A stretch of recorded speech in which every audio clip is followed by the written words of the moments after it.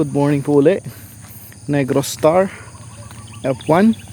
Ayan, ang ganda ng pagkakatubo niya. Day 10. Day 10 na po yan, mga kamagsasaka. So malalaman natin sa mga susunod na araw kung gaano ba kalakas magbigay ng bunga si Negros Star.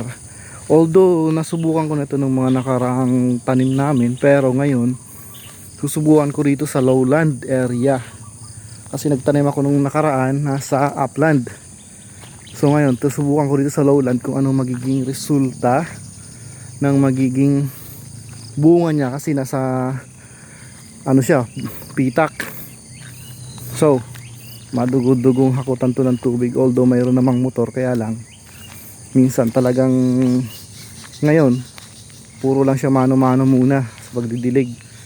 Pero pasalamat pa rin ako dahil nung nakaraang linggo umulan siya ng almost magkasunod, kaya tipid yung tipid sa tubig dahil umulan siya. Yun lang po.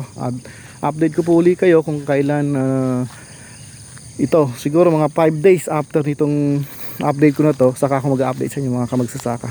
Okay, goodbye po at good luck.